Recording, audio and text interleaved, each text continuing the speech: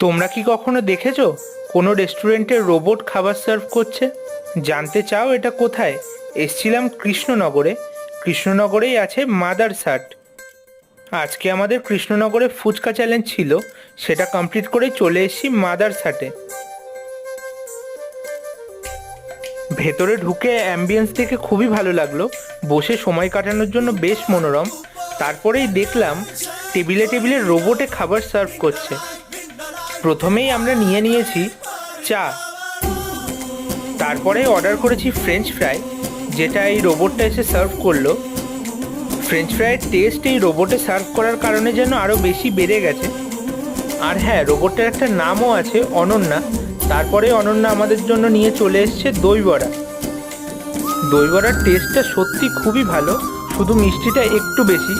যাই হোক, দই বড়া খেয়ে এখন আমরা যাই বাড়ি। টাটা তোমাদের সবাইকে।